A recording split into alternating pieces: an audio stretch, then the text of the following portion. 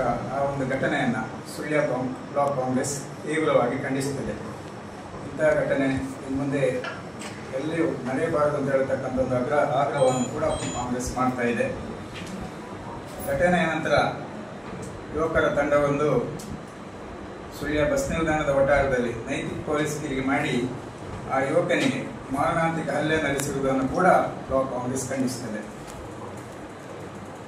ಪರಿಸ್ಥಿತಿ ಹೋಗುವ ಘಟನೆಯನ್ನು ಸಕಾಲಿಕವಾಗಿ ಪೊಲೀಸ್ ಇಲಾಖೆ ನಿಯಂತ್ರಿಸುವ ಬಹಳಷ್ಟು ಒಂದು ಒಳ್ಳೆಯ ಕಾರ್ಯಕ್ರಮವನ್ನು ಕೂಡ ಇಲಾಖೆ ಮಾಡಿದೆ ಅಂತ ಹೇಳುವುದನ್ನು ಕೂಡ ಈ ಸಂದರ್ಭದಲ್ಲಿ ನೆನಪಿಸಲಿಕ್ಕೆ ಇಷ್ಟಪಡುತ್ತಿದ್ದೇವೆ. ಘಟನೆಯ ನಂತರ ಸಕಾಲಿಕವಾಗಿ ಕರ್ತವ್ಯ ಪ್ರಜ್ಞೆ ಮೆರೆದಿರತಕ್ಕಂಥ ಪೊಲೀಸ್ ಸಿಬ್ಬಂದಿಗಳನ್ನು ಗುರಿಯಾಗಿರಿಸಿಕೊಂಡು ಅಮಾಯಕ ಮುಗ್ಧ ವಿದ್ಯಾರ್ಥಿಗಳನ್ನು ಶಾಲೆ ಇರತಕ್ಕಂಥ ಒಂದು ಸಂದರ್ಭದಲ್ಲಿ ವಿದ್ಯಾರ್ಥಿಗಳನ್ನು ಪ್ರೇರೇಪಿಸಿ ಧಾರ್ಮಿಕ ಕೇಂದ್ರವೊಂದಕ್ಕೆ ಕರೆದುಕೊಂಡು ಹೋಗಿ ಪೊಲೀಸ್ ಠಾಣೆಗೆ ಮೆರವಣಿಗೆ ಬರ್ತಕ್ಕಂಥ ಒಂದು ಸಂದರ್ಭದಲ್ಲಿ ಕಾಂಗ್ರೆಸ್ ಪಕ್ಷದ ವಿರುದ್ಧ ಧಿಕ್ಕಾರವನ್ನು ಕೂಗುತ್ತಾ ಮತ್ತು ಪೊಲೀಸ್ ಇಲಾಖೆಗೆ ಧಿಕ್ಕಾರವನ್ನು ಕೂಗುವಂತೆ ಪ್ರೇರೇಪಿಸಿರ್ತಕ್ಕಂಥ ಬಿಜೆಪಿಯ ನಾಯಕರ ನಡೆಯನ್ನು ಕೂಡ ನಾವು ಬ್ಲಾಕ್ ಕಾಂಗ್ರೆಸ್ ಖಂಡಿಸುತ್ತಿದ್ದೇವೆ. ಯಾವುದೇ ಅಹಿತಕರ ಘಟನೆಗಳು ನಡೆದಾಗ ನೈತಿಕ ಪೊಲೀಸ್ ಮಾಡದೆ ಇಲಾಖೆಗೆ ಮಾಹಿತಿ ನೀಡುವುದು ಸಭೆಗಳ ಕರ್ತವ್ಯವಾಗಿದೆ. ನಿಯಂತ್ರಿಸಲು ಮತ್ತು ಶಿಕ್ಷಿಸಲು ಅದರದೇ ಆದ ಇಲಾಖೆಗಳಿರುತ್ತವೆ. ಇಲಾಖೆ ತನ್ನದೇ ಆದ ಕೆಲಸ ಕಾರ್ಯಗಳನ್ನು ಮಾಡಿದೆ ಮತ್ತು ಇನ್ನು ಮಾಡುತ್ತಾ ಕೂಡ ಇದೆ. ಇಂಥ ಅಹಿತಕರ ಘಟನೆಗಳು ಮರುಕಳಿಸಬಾರದು. ಇವತ್ತು ಸುಳ್ಯದಲ್ಲಿ ಈ ಅಹಿತಕರ ಘಟನೆಯಿಂದಾಗಿ ಸುಳ್ಯದಲ್ಲಿ ಪರಸ್ಪರ ಬಾಂಧವ್ಯ ಹದಗೆಡತಕ್ಕಂಥ ಒಂದು ಪರಿಸ್ಥಿತಿ ಇದೆ. ಅದನ್ನು ಇವತ್ತು ಇಲಾಖೆ ನಿಯಂತ್ರಿಸಿದ್ರು ಕೂಡ ಇನ್ನು ಮುಂದಿನ ದಿವಸದಲ್ಲಿ ಇಂತಹ ಘಟನೆಗಳು ಆಗಬಾರದು. ಸುಳ್ಯದ ಜನ ಶಾಂತಿ ಸೌಹಾರ್ದತೆಯಿಂದ ಬಾಳುವಂತವರು. ಆ ಶಾಂತಿ ಸೌಹಾರ್ದತೆ ಮುಂದಕ್ಕೂ ಕೂಡ ಇರಬೇಕು ಅಂತ ಹೇಳತಕ್ಕಂಥ ವಿನಂತಿಯನ್ನು ಬ್ಲಾಕ್ ಕಾಂಗ್ರೆಸ್ ಮಾಡ್ತದೆ ಮತ್ತು ಅದಕ್ಕೆ ಜನ ಎಲ್ಲ ಸಹಕರಿಸಬೇಕು ಅಂತ ಹೇಳತಕ್ಕಂಥದ್ದನ್ನು ಕೂಡ ಇವತ್ತು ಕಾಂಗ್ರೆಸ್ ಪಕ್ಷದ ವತಿಯಿಂದ ಹೇಳ್ತಿದ್ದೇವೆ. ಟ್ರಾನ್ಸ್ಫರ್ ಮಾಡಬೇಕು, ಆ ಪೊಲೀಸರ ಮೇಲೆ ಕ್ರಮ ತಗೊಳ್ಬೇಕು, ಸಸ್ಪೆಂಡ್ ಮಾಡಬೇಕು. ಮತ್ತೊಂದು ಮಗದೊಂದು ಅವರ ಹೀಗೆಲ್ಲೂ ನೀವು ಹೇಳುವ ಪ್ರಕಾರ ಪೊಲೀಸರು ತಗೊಂಡ ಕ್ರಮ ಸರಿಯೋ ತಪ್ಪೋ ಅನ್ನುವಂಥ ಪ್ರಶ್ನೆ ಮಾಡ್ತಾ ಇದ್ದೀವಿ. ನಾವು ಹೇಳುವಂಥದ್ದು ಇಷ್ಟೇ, ಆ ಬಸ್ ಸ್ಟ್ಯಾಂಡಿನಲ್ಲಿ ಆ ರೀತಿಯ ಗಲಾಟೆ ಆಗತಕ್ಕಂಥ ಸಂದರ್ಭದಲ್ಲಿ ಪೊಲೀಸ್ ಒಬ್ಬ ಪ್ರಕಾಶ್ ಅನ್ನುವಂಥವ್ರು ಯಾರು ಪೊಲೀಸರು ಅವರು ಅದನ್ನು ವಿಡಿಯೋ ಮಾಡಿದರು. ಆ ವಿಡಿಯೋ ಮಾಡಿರುವ ಕಾರಣಕ್ಕಾಗಿ ಹೆಚ್ಚಿನ ಅನಾಹುತ ಆಗುವಂಥದ್ದನ್ನು ತಪ್ಪಿದೆ. ಇಲ್ಲದಿದ್ದರೆ ಎಲ್ಲ ಗುಂಪಲ್ಲಿ ಸೇರಿಕೊಂಡು ಇನ್ನಷ್ಟು ಹೆಚ್ಚಿನ ದಲಿತ ಹುಡುಗನ ಮೇಲೆ ಆಗಿದ್ದರೆ ಕಲಿಂಜದಲ್ಲಿ ಆಗಿರತಕ್ಕಂಥ ಒಂದು ಘಟನೆ ಆಗಿತ್ತು. ಸುಮ್ಮನೆ ಏನೋ ಮಾಡ್ಕೊಂಡು ಮಾಡಿ ಆಗಿದೆ. ಸೊ ಆ ರೀತಿಯ ಘಟನೆಯಾಗಿ ವಿಕೋಪಕ್ಕೆ ಹೋಗಿ ಮತ್ತೊಂದು ತಿರುವು ತೆಗೆದುಕೊಳ್ಳತಕ್ಕಂಥ ಸಂದರ್ಭ ಬರ್ತಾ ಇತ್ತು. ಹಾಗಾಗಿ ಅದನ್ನು ಪೊಲೀಸರು ಅವರ ತಕ್ಷಣವಾಗಿ ಅಲ್ಲಿ ಹೋಗಿರುವ ಕಾರಣಕ್ಕಾಗಿ ಅಂಥದ್ದನ್ನು ತಡೆದಿದ್ದಾರೆ. ಹಾಗಾಗಿ ಪೊಲೀಸರು ತೆಗೆದುಕೊಂಡ ಕ್ರಮ ಆ ಒಂದು ಸಂದರ್ಭದಲ್ಲಿ ಅದು ಕರೆಕ್ಟ್ ಆಗಿತ್ತು, ಸರಿಯಾಗಿತ್ತು.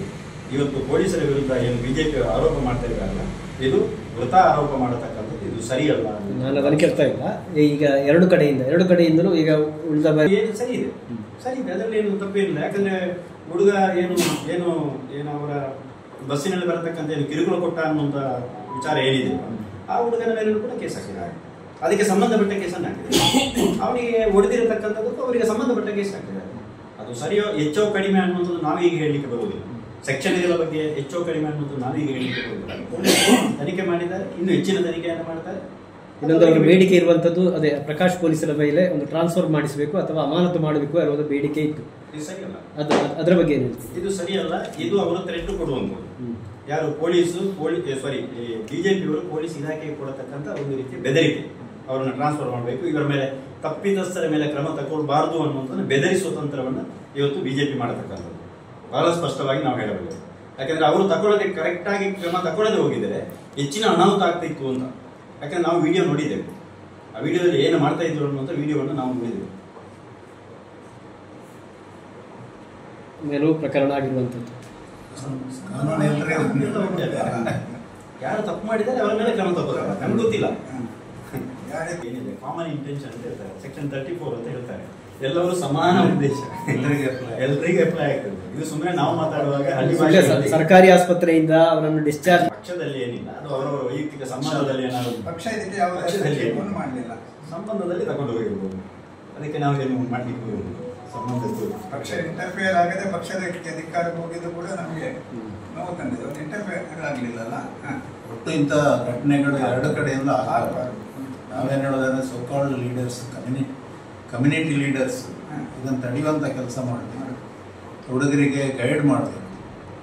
ಇವತ್ತು ಎರಡು ಜನ ಆರಂಭಿಕ ಒಳಗಿದ್ದವರು ಬಹಳ ಶ್ರೀಮಂತರೇನಲ್ಲ, ಒಬ್ಬಿಬ್ಬರು ಡ್ರೈವಿಂಗ್ ಮಾಡಿಕೊಂಡು ಕೆಲಸ ಮಾಡಬೇಕು, ಅವ್ರ ಮನೆಯವರಿಗೆ ಅಂತ ಘಟನೆಗಳಿಗೆ ಲೀಡರ್ಸ್ ಬರೇ ಒಂದು ಉತ್ಸಾಹ ಕೊಟ್ಟು ಯಾರನ್ನೋ ಒಳಗೆ ಹಾಕಿ ಪೊಲಿಟಿಕಲ್ ಬೆನಿಫಿಟ್ ತಗೊಂಡು ಅವರ ಕಮ್ಯುನಿಟಿ ಲೀಡರ್ಗಳು ಕೂಡ ಮಾಡಬೇಕು. ಯಾಕಂದ್ರೆ ಆ ಕಮ್ಯುನಿಟಿಯಲ್ಲಿ ಹೆಣ್ಣು ಮಕ್ಕಳ ಬಗ್ಗೆ ಬಹಳ ಎಚ್ಚರಿಕೆ ತಗೊಳ್ತಾರೆ, ಹೌದಾ? ಹಾಗಿರುವಾಗ ಅವರ ಕಮ್ಯುನಿಟಿಯವರು ಇನ್ನೊಂದು ಕಮ್ಯುನಿಟಿ ಹೆಣ್ಣು ಮಕ್ಕಳ ಬಗ್ಗೆ ಬಹಳ ಎಚ್ಚರಿಕೆಯಿಂದ ಬಸ್ಸಲ್ಲಿ ಹೋಗೋದು ಬರುವಾಗ ಅದನ್ನು ತಿಳ್ಕೊಳ್ಬೇಕು.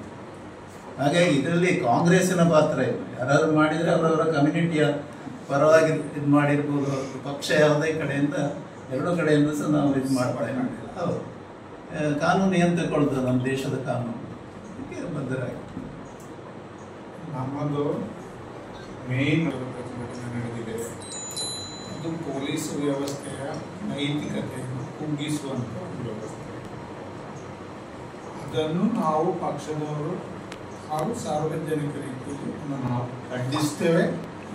ಈ ಯಾವಾಗಲೂ ಪೊಲೀಸ್ ವ್ಯವಸ್ಥೆ ನೈತಿಕತೆಯಾಗಿ ಎತ್ತು ನಿಲ್ಲುವುದಕ್ಕೆ ನಮ್ಮ ಸಂಪೂರ್ಣ ಸಹಕಾರವನ್ನು ನಾವು ಕೊಡ್ತೀವಿ. ಪೊಲೀಸ್ ವ್ಯವಸ್ಥೆಗೆ